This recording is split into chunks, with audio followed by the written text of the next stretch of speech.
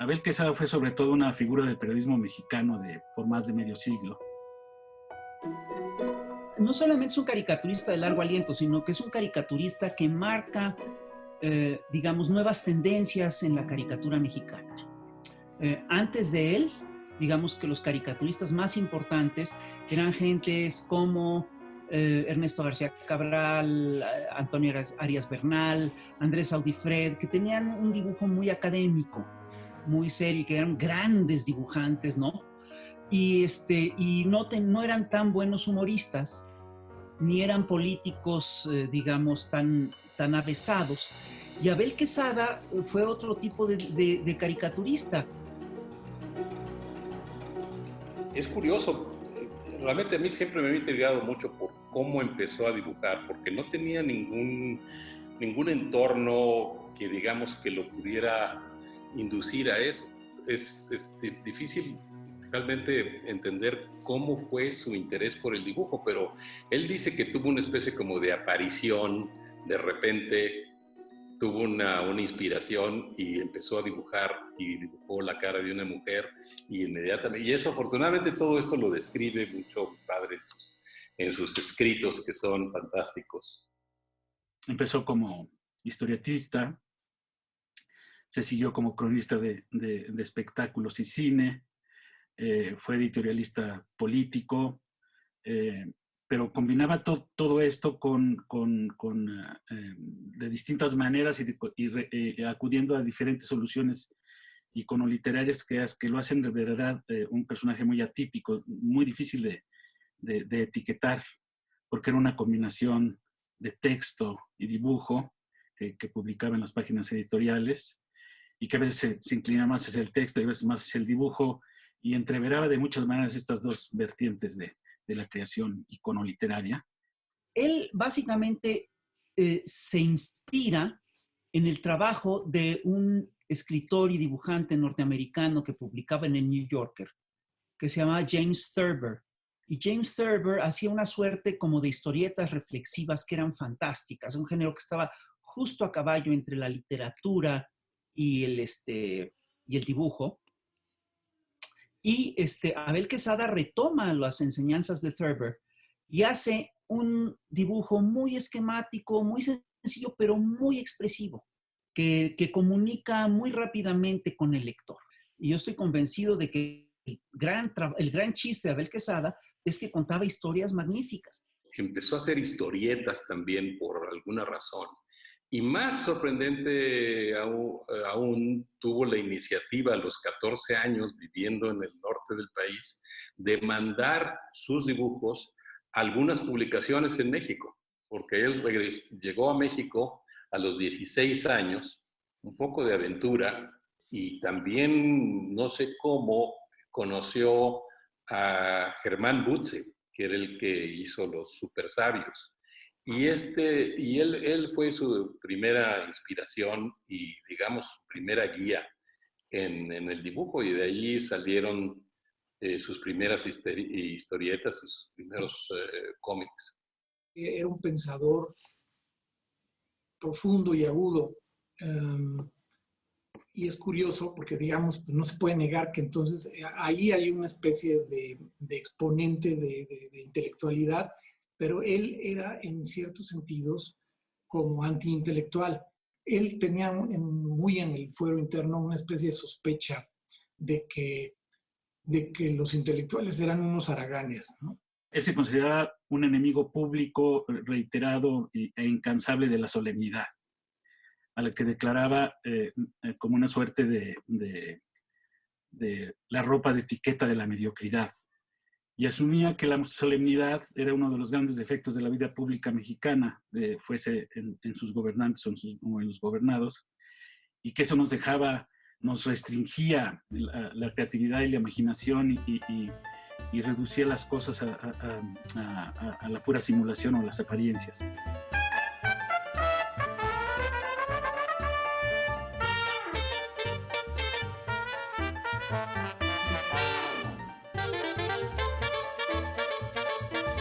Era un hombre dedicado a miles de facetas, todas ellas productivas, porque no concebía el ocio, digamos, ¿no? Que él hacía sus cartones o pintaba en ciertos horarios, pero en la mañana ya había estado pues, en un despliegue de actividades como empresario, como petrolero, como ganadero. Y trabajó de todo. Trabajó moviendo muebles en el Hotel Regis, en la Quinta Avenida. Luego acabó siendo un empresario de Broadway, pero también a menor escala. No, fue impresionante todo lo que hizo. Uno es una cosa y quiere ser otra. Yo era dibujante, siempre, toda mi vida he sido dibujante, pero ha habido oficios que me llaman mucho la atención y que me gustaría mucho haber sido. Por ejemplo, en mi carrera de dibujante me fui a Nueva York a buscar trabajo, y mi trabajo, el trabajo que finalmente conseguí, yo trabajaba, yo tenía que asistir a un teatro, y uno de los camerinos del teatro era mi estudio, digamos, mi cuarto de trabajo. Oía mucho tocar saxofón. Entonces mi ambición máxima era conseguir un saxofón y aprender a tocar el saxofón y convertirme en un artista del saxofón. Nunca lo hice. Un hombre que podía escribir, que podía dibujar, que podía hacer lo que le daba la gana. Mi padre tenía un rigor del trabajo impresionante, ¿no? Es decir, yo creo que eso se lo debe a mi abuelo. Por aquí tengo una cita que cuando le dijo por primera vez a mis abuelos que él quería ser dibujante, le dijo mi abuelo, pues mira, está bien, si no hay ningún remedio, está bien que seas dibujante, pero recuerda, si eres dibujante, nunca trabajes tanto que no te alcance el tiempo para ganarte la vida. Y yo creo que le hizo caso a pie de puntillas, porque sí, era impresionante todo lo que llegó a hacer, aparte de dibujante, luego más tarde pintor, pero fue petrolero, fue constructor, fue editor, en fin, se metió en infinidad de cosas, no todas muy exitosas, pero bueno, en fin, tenía una capacidad de trabajo impresionante. Pero una clave de su personalidad es su educación puritana, ¿no? Que es, por un lado, la que lo llevó a logros muy altos, pero al mismo tiempo la que le surtió permanentemente de no conformarse y quedarse, por ende, con cierta insatisfacción de logros que otros envidiarían, ¿no? En algún momento, nada más en la parte periodística, pues llegó a publicar como 2 o 3 cartones diarios en diferentes publicaciones. Realmente una labor tremenda.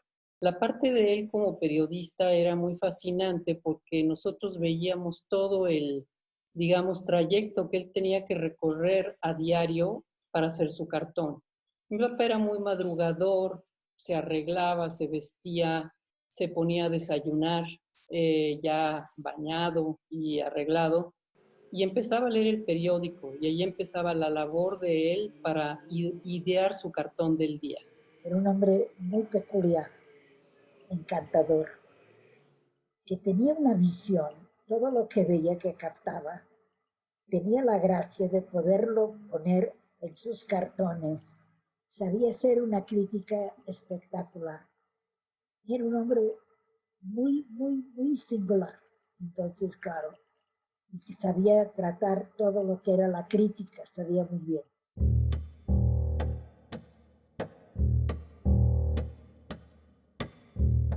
Y estamos hablando de un periodo en que México no gozaba de una plena libertad de expresión, es decir, un país controlado por un solo partido presidencialista, donde la democracia quedaba mucho a deber.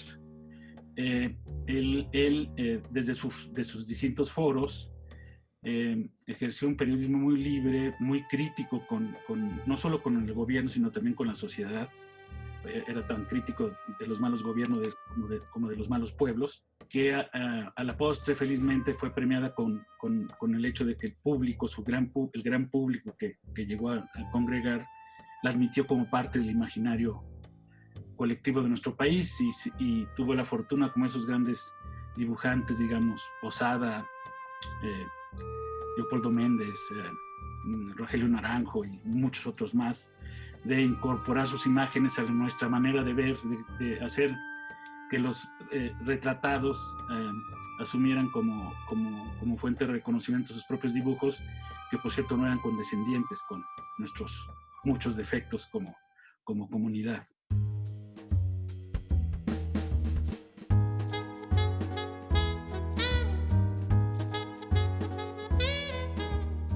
Bueno, sus cartones y sobre todo los personajes que inventaba, como decía, que llegaron a ser como figuras icónicos en México, entonces siguen hablando de ellos, siguen teniendo relevancia y es un legado que la verdad que ha quedado en la memoria colectiva de México. Además, es un retrato muy pertinente, muy incisivo de la época. Yo creo definitivamente que tanto Abel como mi padre pertenecen a una generación que estaban como pues, bastante acotados por el contexto político, ¿no? Vistos bajo los estándares de la caricatura de hoy día, pues a lo mejor se quedaban muy cortos en la crítica, pero pues hay que ponerse en contexto, ¿no? Mencionar al presidente en turno era imposible.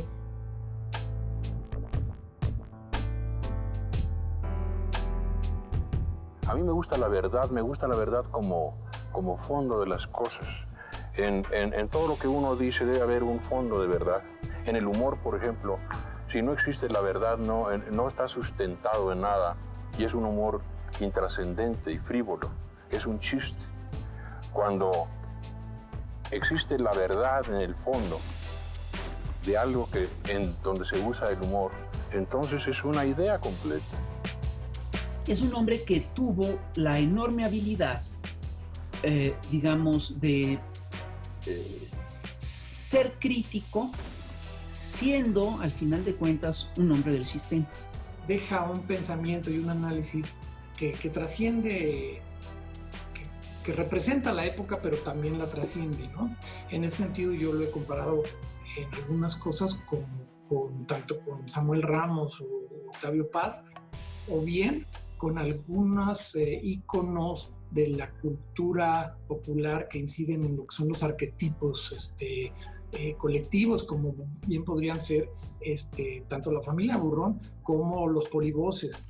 El asunto de la mexicanidad tan llevada y tan traída, Abel Quesada la puso a chirriar desde sus primeros cartones hasta sus últimos cartones, es decir, a su modo desarrolló el proyecto que Octavio Paz hizo en El laberinto de la soledad por otras vías, ¿no? Y de otros mexicanólogos célebres como Jorge Portilla y demás. Adereza la parte literaria de su trabajo con dos cosas que son muy interesantes. La primera es que hace un análisis de la política mexicana. Y la segunda es que empieza a trabajar en un momento en el que están en boga las tesis, está en boga la filosofía mexicanista. Las tesis, digamos, Octavio Paz con El laberinto de la soledad, Uranga, y hace toda una serie de reflexiones sobre lo que es el mexicano haciendo política. Es un tema muy interesante. Y entonces se vuelve realmente en un éxito instantáneo, ¿no? Pero los personajes eran desde clase obrera, clase campesina, de los ricachones, clase media, abarcaba todo. Eran también basados en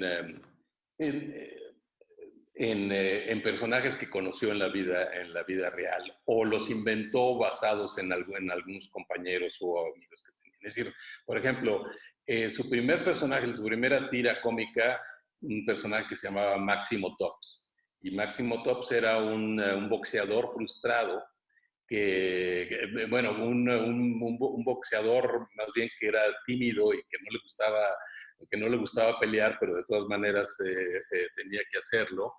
A mí el Charro Matías me parece un personaje muy simpático, es un tipo listo, medio bribón, que se las ingeniaba para salir adelante, ¿no? A pesar de todos los problemas con los que se podía topar, es un personaje muy ingenioso. Tenía un elenco de personajes estables que muchos lectores recordarán y que todavía están presentes en el imaginario colectivo. Dígase el Charro Matías, dígase el periodista famélico, el perro Solovino, el Gastón Billetes, el multimillonario mexicano, la dama caritativa de las Lomas. Tenía la tendencia y la facilidad de construir personajes.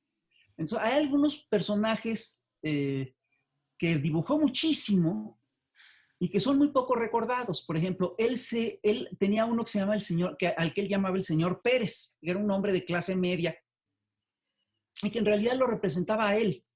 Cuando él quería dar una opinión en uno de sus cartones, pues ponía al señor Pérez a decir lo que él pensaba, ¿no? Es digamos, un Juan Pueblo, pero el señor Pérez era un hombre de clase media, trajeado y correcto y tal. Al mismo tiempo, hizo una cantidad de personajes arquetípicos fabulosa. Por ejemplo, hizo un personaje que a mí me parecía fantástico, que era Don Gastón Billetes, que era este nuevo rico mexicano, ¿no? Que además lo dibujaba con una narizota y a la narizota le había puesto un anillo con un diamante, ¿no? Y era verdaderamente maravilloso.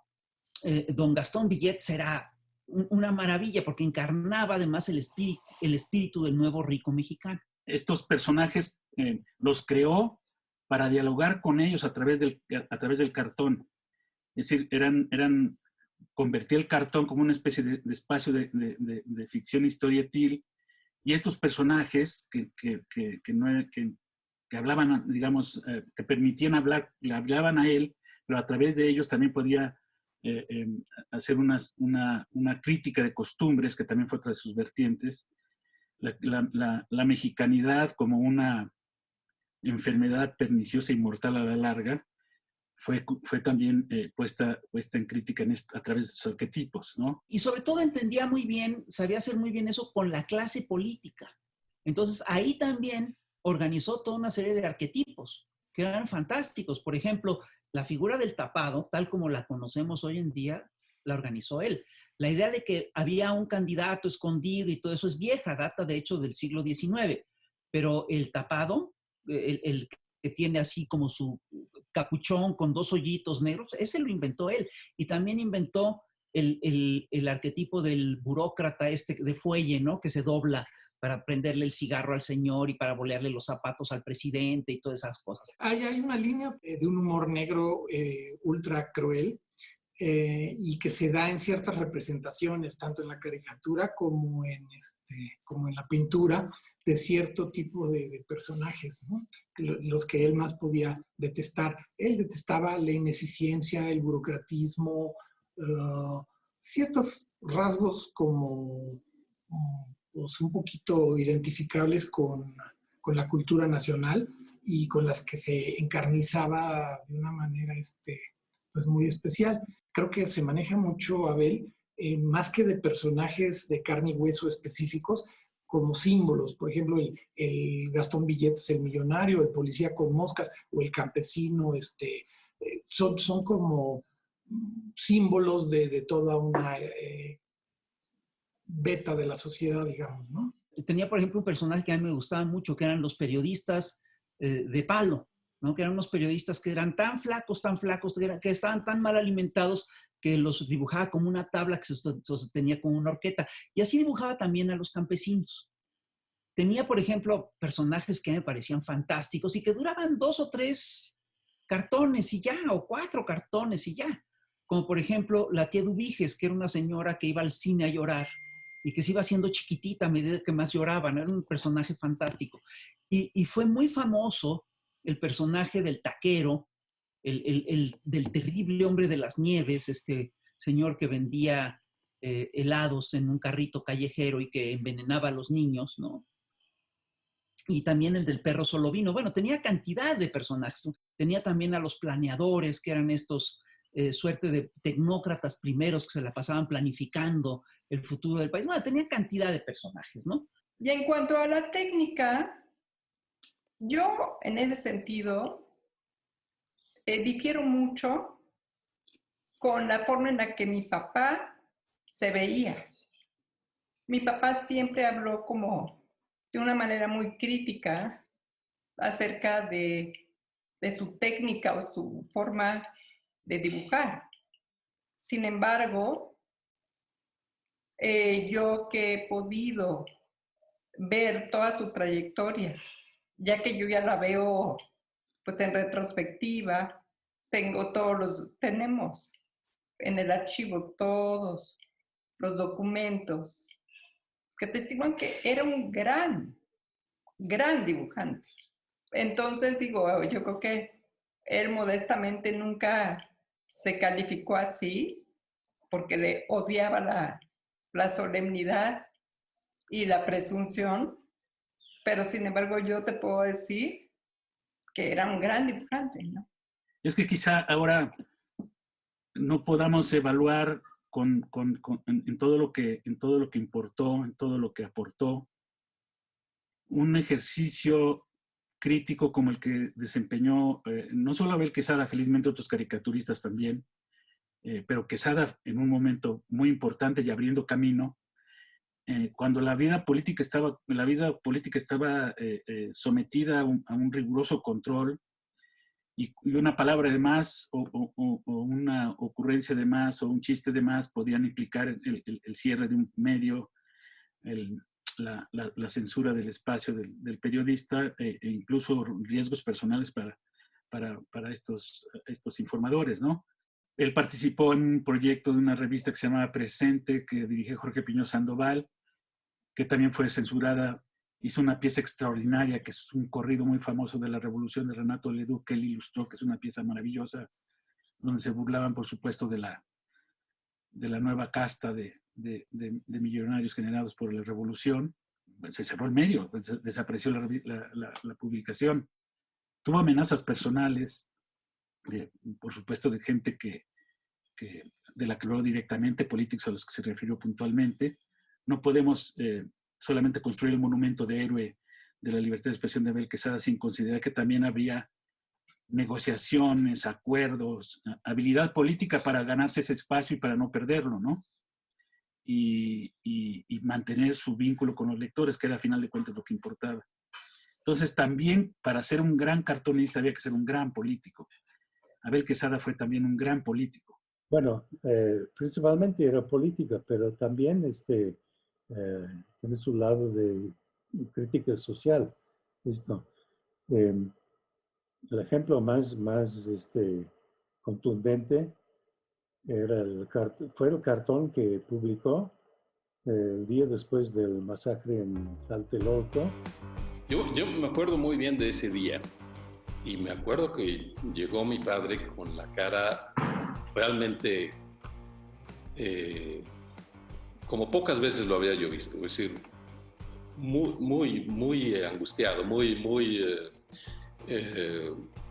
realmente muy preocupado por la situación, ¿no? Yo recuerdo que él le habló a él, le dijo simplemente: pones una mancha negra en el cartón y le pones por qué. Listo. Pero eso fue una ocurrencia que tuvo y por eso no tenemos un original. No hay un original, ese nada más fue una ocurrencia que tuvo, así se hizo, así se publicó y se volvió famoso. Pero si pensamos y nos colocamos en la mañana del 3 de octubre de 1968 y abrimos el periódico y vemos ese cartón negro en la página editorial, nos vamos a dar cuenta a lo que estaba jugando Abel. La propia historia de ese cartón es muy interesante. Hubo otras versiones que no se atrevieron a publicar en Excelsior. La solución del cartón negro, además de que es una pieza conceptual extraordinaria, fue el modo que encontró Abel para poder sí tener una opinión de esa naturaleza, y creo que fue una solución extraordinaria.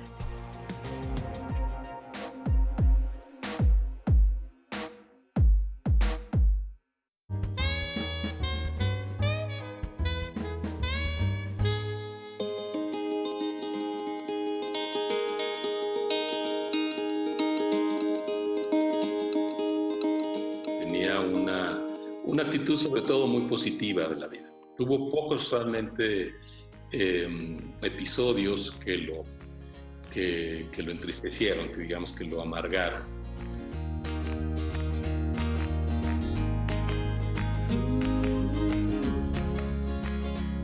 Tuvo dos episodios muy, muy fuertes para él. La salida de Excelsior, desde luego, fue muy dramática y muy, muy, muy fuerte, porque ahí se vio pues el poder del Estado, ¿no?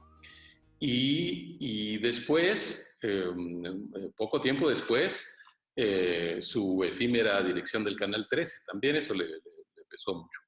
Abel se le propuso ser director de Canal 13, dio un discurso en el Canal 13 donde hablaba mal del presidente anterior, que era Echeverría. Esto era los primeros días del sexenio de López Portillo, y para cuando llegó a su casa a un cóctel que se organizaba para celebrar el nombramiento de director del Canal 13, ya le había llegado un telefonema diciendo que lo despedían, ¿no? Después siguió trabajando en otros medios, nunca bajó la guardia, pero ya no fue lo mismo, ¿no? Y él lo sabía y lo lamentó mucho a lo largo del resto de sus años. Al punto que ya después ya no le interesó tanto hacer el cartón político, sobre todo más bien pintar, que es otra vertiente extraordinaria en la obra de Abel Quesada. Yo había pensado también en pintar como una de las ambiciones, uno de los oficios que me gustaría, pero no pensaba más allá de como pensaba ser cantinero o ser saxofonista o ser aviador. En fin, pero me enseñaron a pintar. De pronto surgieron elementos para pintar toda la parafernalia de los pintores, las telas, los colores, los pinceles. No sé realmente de dónde salieron, pero supongo que me lo regalaron. Y empecé a pintar al principio con muchas dificultades. Y poco a poco fui tomándole cariño y forma, y sobre todo había una cosa que me proporcionaba una tranquilidad que necesitaba para descansar de mis otras ocupaciones, aunque esta era una más. Y sin embargo, era la más agradable de todas. Y seguí pintando y pintando y pintando. Él nunca se consideró un pintor profesional, como decía. Él decía que era un pintor de domingo que pintaba todos los días. Y así hay un texto de García Márquez para uno de sus libros que lo describe de tal manera. Él lo hacía por divertirse, la verdad. Era totalmente una pintura lo que lo hacía no solamente como terapia, sino como una cosa para divertirse él mismo. Ponía ópera, salía, sacaba su caballete al aire libre, es decir, la pasaba bomba. Y además invitaba a sus amigos a verlo pintar. Él pintaba y nosotros podíamos participar de ese proceso creativo porque a él no le gustaba pintar solo. Es más, le gustaba siempre estar acompañado. Decía que él no los vendía, pero decía que prestaba los cuadros a los amigos un préstamo de 100 años. Entonces, 100 años tenía que devolverlo.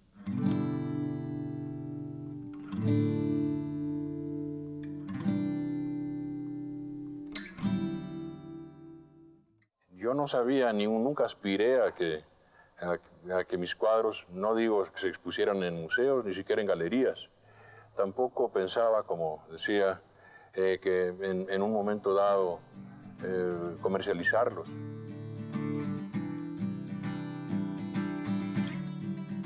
Cuando mi papá hizo, digamos, su primera venta pictórica, pues el más sorprendido era él. Él no pensó que pudiera haber alguien interesado en comprar sus cuadros. Siempre hizo sus cuadros como una parte, digamos, para descansar realmente, para quitarse el estrés de su trabajo de periódico.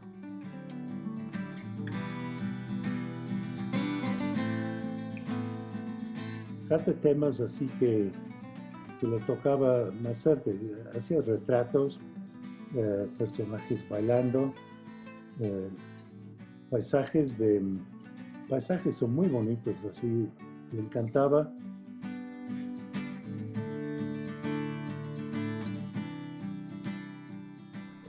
Yo pinto, por ejemplo, cosas que me vienen a la cabeza, a la imaginación. Concibo todo un cuadro de una vez y lo voy pintando, lo voy dibujando primero y luego lo pinto. Eso es una forma. A veces pinto cosas que no sabía que iba a pintar. Tomo la tela en blanco y pinto simplemente lo que me da mi gana. Puede ser un hombre, una mujer o una silla. Y me sigo ahí, hago otra cosa a un lado y otra cosa a otro lado. Entonces se va formando el cuadro solo. Cuando noto que hay un espacio vacío, lo lleno con un objeto o con una cara. Así resultan cosas muy raras.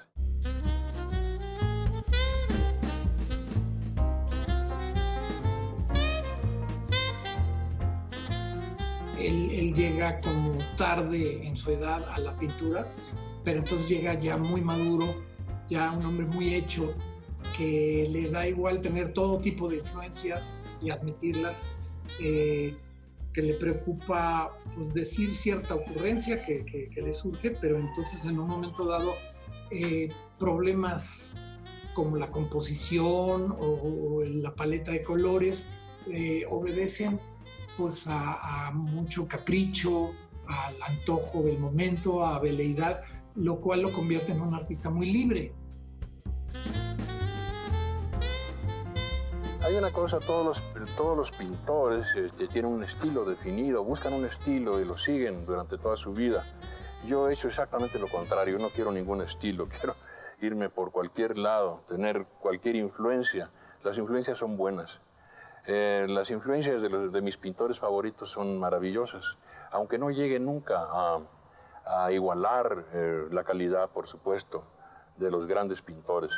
Y un desenfado, que también es como pues del artista maduro, el ya no estar preocupado por una serie de cosas de qué va a decir la crítica o si voy a lograr transmitir esto o lo otro, ¿no? Creo que es un elemento muy importante para el verdadero arte, el desenfado. La preocupación de otras cosas como extraestéticas es algo que contamina mucho el arte moderno, y en este caso pues hay una especie de sinceridad que acompaña ese desenfado, que es pues refrescante y virtuosa, ¿no? A mí la pintura me gusta como un placer, una distracción, y me gusta ser totalmente irresponsable al pintar. No tener ninguna obligación con nadie, ni tener ninguna obligación, digamos, con la crítica que pudiera meterse conmigo en el caso de que yo fuera un profesional. Por lo que él cuenta, el primero que lo acercó a la pintura fue su suegro, el papá de Yolanda Rueda, pero fue maravilloso. Llegó a decir, la pintura es lo más cercano a la felicidad que existe. Pintar es descubrir un misterio que está en la tela y tratar de resolverlo. Eso, pintar es recuperar el tiempo perdido, abismarse en el mundo de las apariencias, de las cosas vistas, de las cosas recordadas. Encontró en la pintura un espacio de intimidad y de inmersión y de introspección que le permitió efectivamente hablar de todo lo que vio. Me parece que cuando me ayudaron y me regalaron los primeros pinceles, me dieron la mejor bendición que puede alguien recibir en la vida.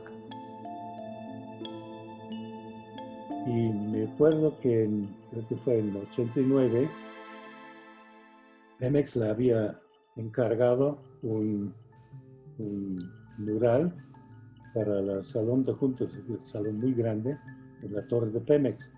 Es una pieza extraordinaria, a mí me lo parece. Sin embargo, es una obra por encargo, tiene que ver con una temática específica. También fue petrolero y conocía de manera directa el trabajo de exploración petrolera y la historia del petróleo en México. Entonces también eso está en juego en esa pieza. Que lo pintó durante 1990, creo. Y luego se estrenó en principios del 91. Recuerdo que Carlos Monsiváis se refería a los murales de Pemex diciendo que también en el fondo estaban ahí naufragando en el gran espacio del mural creaciones de historieta. Y también son apuntes irónicos y caricaturescos los que uno puede reconocer en ciertos cuadros.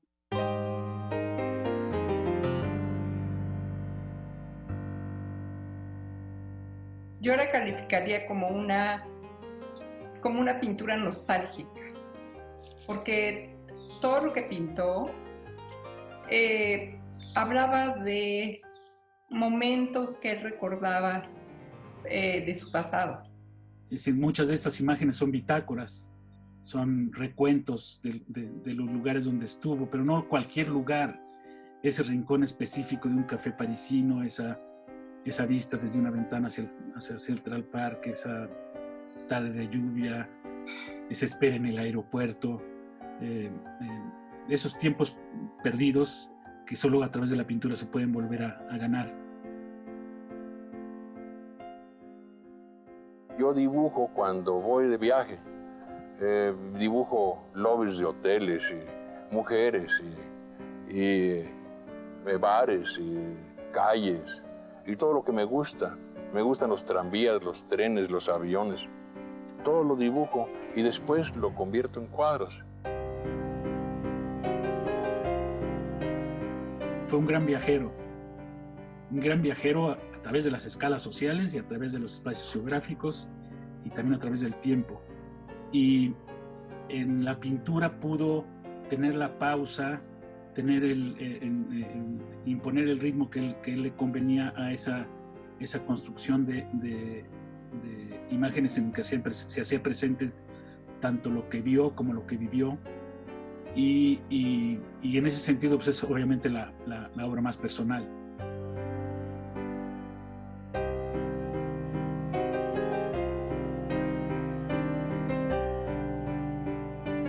Entonces, él hizo sus cuadros sin ningún proyecto ambicioso como gran pintor, yo siento.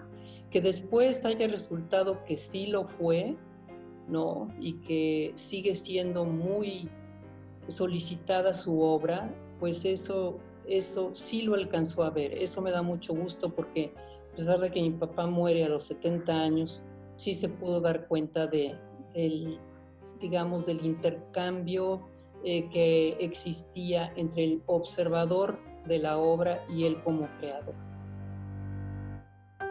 Nunca tuve esa presunción, nunca, y lo dijo con mucha claridad. No serán extraordinarios cuadros, no serán representaciones de la última moda, no serán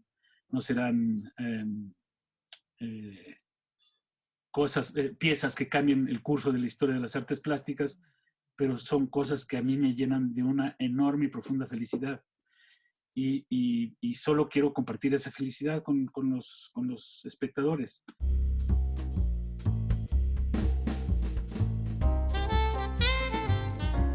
Lo del New York también es una historia fantástica porque fue totalmente accidental lo del New Yorker. Es decir, mi padre aquí en Cuernavaca tenía su estudio, tenía muchos amigos, le encantaba recibirlo bastante, y uno de esos amigos, un austriaco, le dijo: oye, fíjate que están aquí en Cuernavaca unos amigos míos, es un editor del New Yorker, ¿no te importa si lo llevo a tu casa? No, bueno, encantado, ven.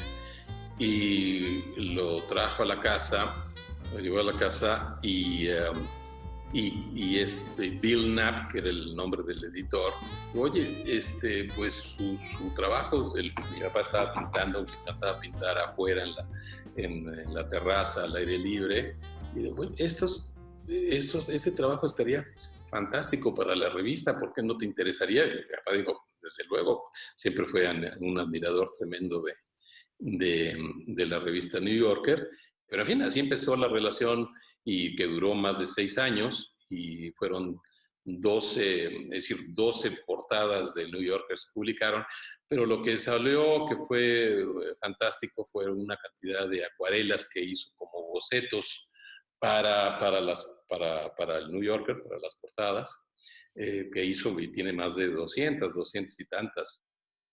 Algunos de sus ídolos personales como Saul Steinberg, el caricaturista del New Yorker, y Sampé, algunos de las figuras internacionales de la caricatura, pues participaban en el New Yorker, entonces una revista de una tradición pues, muy, muy portentosa.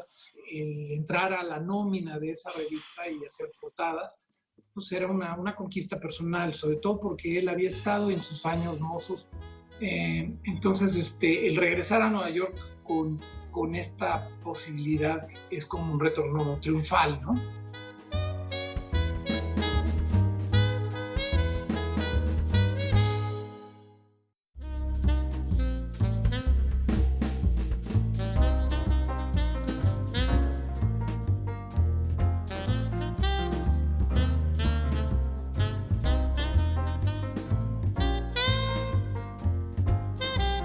Bueno, parte de la obra que a mí me encanta, yo creo que es muy importante y es buenísimo, se ve en sus cuadernos de viaje.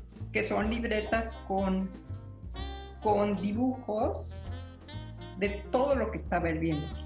Realmente aquí puedo hacerte una reflexión, que mi papá no tomaba fotografías en sus viajes. Él hacía dibujo de lo que veía y de lo que le gustaba. Y son bellísimas esas libretas. Para mí, las libretas, que son los cuadernos en que apuntaba o desarrollaba ideas que luego culminaban en un cuadro, o anotaba, digamos, recogía impresiones de un viaje, de estar en algún lugar. Esas libretas me parecen extraordinarias porque, pues, al lado de esa vista de una señora tomando un café o de algo que veo a través de la ventana de un hotel, o la propia cama desarreglada de su cuarto, la serie de objetos con los que convivía, incluso en su propio respirador, todo eso combinado con anotaciones, recuerdos, sueños, teléfonos, recados, esa combinación de como todo el río de lo cotidiano, toda la suma de evidencias que se entreveran en un día cualquiera, y de repente por ahí salta un dibujo, y de repente por ahí salta un rostro, una mano, un objeto, y habría que agregar a esto, ya para completar el panorama, el asunto de la escritura estricta de cuentos y fábulas, que solo de manera póstuma apareció su primer libro, se llama Antes y Después de Gardenia Davis, y es el compendio de unos cuentos de verdad extraordinarios. Y fue un libro que fue rescatar varios cuentos que él había escrito en sus libretas. Porque mi papá, a partir de cierta fecha, creo que sí, principalmente a partir de 1976, él empezó a escribir su diario. Recopilamos todas estas historias que tenía, que eran pues autobiográficas, pero no con su nombre, sino que usaba otros, es decir, semi-autobiográficas, porque hay algunas cosas que se ven claramente inventadas, pero muchos basados en experiencias propias. Son relatos ya muy íntimos de parte de mi papá, reflexiones sobre el momento político que se estaba viviendo en ese momento. Entonces, todo esto yo creo que sí tendríamos que darle un margen de tiempo para procesarlo, madurarlo y ver qué vamos a hacer con ello. No era una persona que estaba pensando en sí mismo como voy a dejar esto para la posteridad. Siempre que lo hacía, lo decía como con sentido del humor, ¿no? Ese archivo de Abel Quesada, extraordinario, felizmente conservado por la familia, nos muestra toda esta manera de procesar esa información, los límites, lo que tuvo que negociar, la manera en que enfrentó la censura, cómo le evadió y cómo fue ganándose un lugar que, gracias a su presencia pública y a su popularidad, se convirtió en un espacio infaltable. Él empezó a trabajar desde los 15 años. Él mandaba primero por correo. Él vivía en el norte del país y mandaba por correo sus contribuciones. Y fue hasta que mi mamá se dio cuenta que toda la obra él la dejaba en el periódico. Mi mamá dijo, tiene usted que recoger sus cartones. Y así fue como mi mamá fue adquiriendo los cartones y no voy a decir coleccionando, pero pues haciendo su archivo. Ha sido una labor ardua, ha sido una labor diaria. Aquí en esta casa tenemos que cuidar mucho el aspecto de humedad, el aspecto de infestación por algún tipo de, de plaga, etcétera, para que todo el archivo esté en impecables condiciones. Nosotros tenemos toda la obra de mi papá digitalizada. Nos falta aún, pues, algunas campañas publicitarias que tienen un formato muy grande. Y tenemos también digitalizada toda su obra pictórica, incluida la acuarela. Y tenemos varios proyectos futuros que ojalá lo podamos lograr. Y obviamente lo que queremos hacer es desfamiliarizarlo, digamos, de que se salga de la familia y que tenga un ámbito mucho más amplio al que la gente tenga acceso. Este archivo, evidentemente, como en algún momento le llamamos para una exposición, es un códice. Y lo es en el sentido tradicional del término.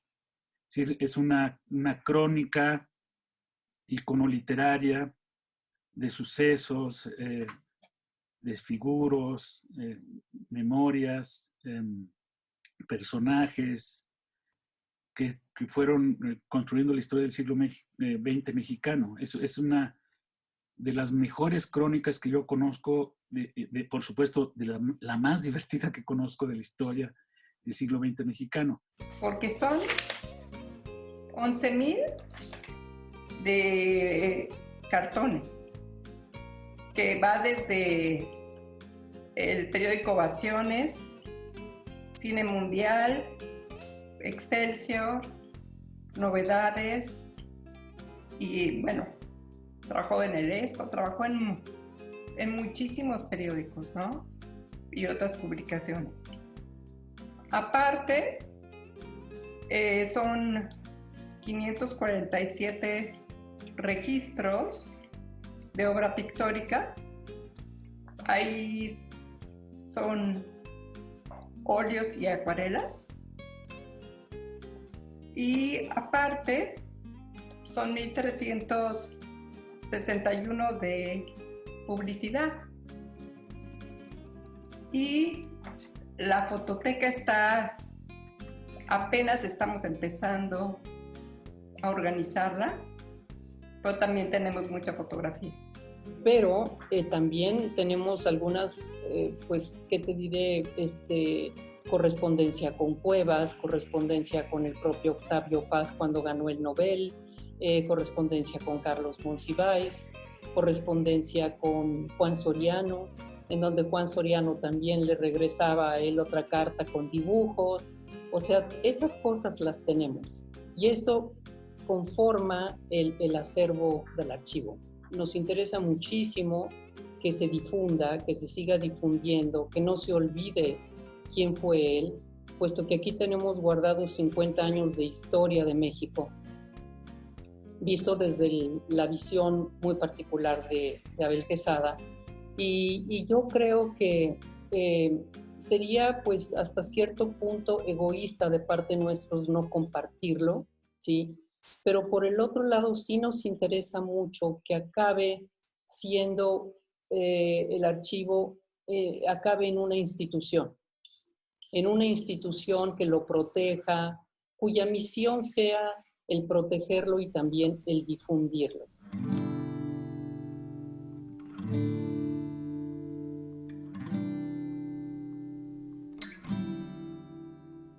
Hasta cierto punto conozco el testimonio de mucha gente que decía, al conocer a Abel Quesada, yo me esperaba pues, un hombre carcajeándose, muy bullanguero, y entonces pues, esa era una concepción como pues, equivocada de lo que puede ser un humorista, digamos, ¿no? Porque en ciertas cosas era un hombre privado y serio, aunque pues, sí, con un sentido del humor hacia adentro permanente, pero sí, su imagen, su efigie social y todo, podía ser de un hombre bastante serio y reservado. Y me parece que su capacidad de interlocución era una de sus grandes virtudes.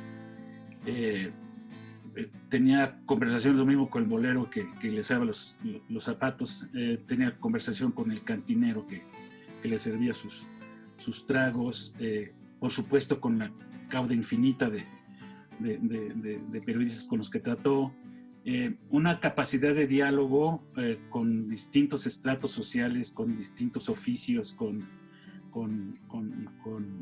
personas de ricas, pobres, capitalinas, provincianas, del interior de la República, de cualquier lado. Esa capacidad de diálogo se nota en los propios cartones y en su lenguaje, porque consiguió algo extraordinario, que era poder hablarle a distinta gente con una claridad, con una transparencia en el uso del lenguaje que era a la vez sofisticado y popular, y eso me parece extraordinario. Yo creo que es una de las fuentes en lo que se basó su éxito, la gran cantidad de lectores que lo siguió a lo largo de los años.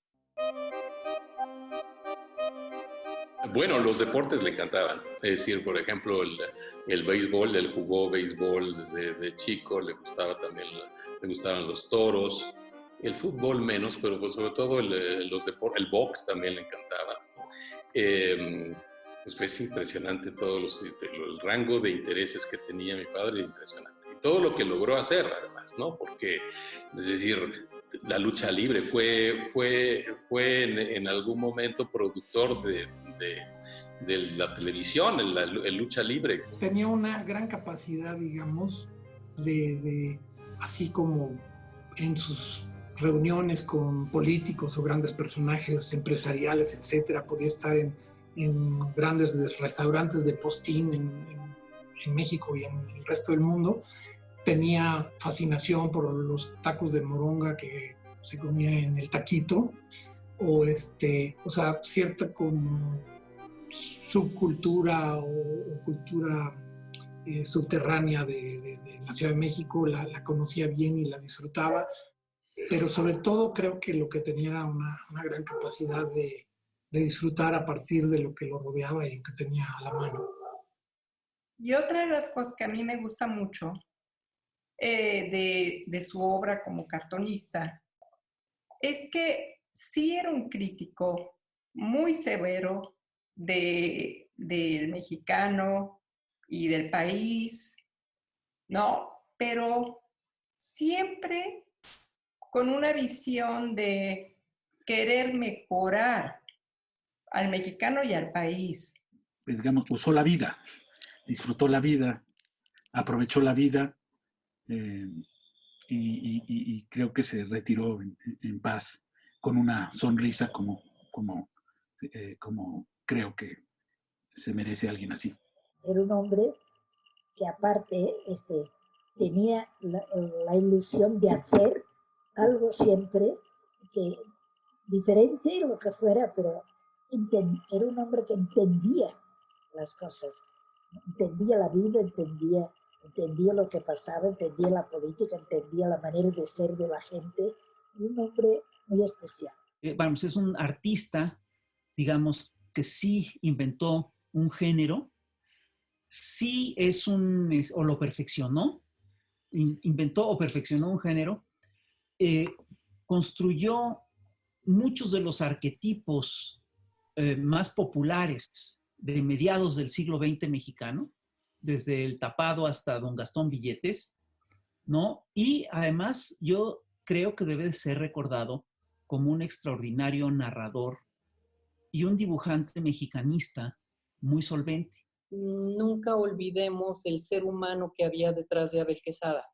Era un ser humano realmente maravilloso y que lo vemos plasmado pues en su obra pictórica, llena de alegría, llena de esperanza, ¿verdad? Y de algo travieso. Al celebrar a Abel Quesada estamos celebrando la caricatura, el dibujo, la literatura o la pintura como espacios de diálogo y como tribunas de una libertad que hay que defender, que nadie nos concede, que todo el trabajo de Quesada fue para construir ese espacio de libertad creativa que incluye, por supuesto, la opinión política. Bueno, pero hemos platicado mucho de todas las cosas que me gustaría hacer: cocinero, cantinero, saxofonista. Pero les voy a explicar por qué estamos aquí, porque me hubiera gustado también ser beisbolista, ser segunda base y gran bateador. Precisamente por eso estamos aquí.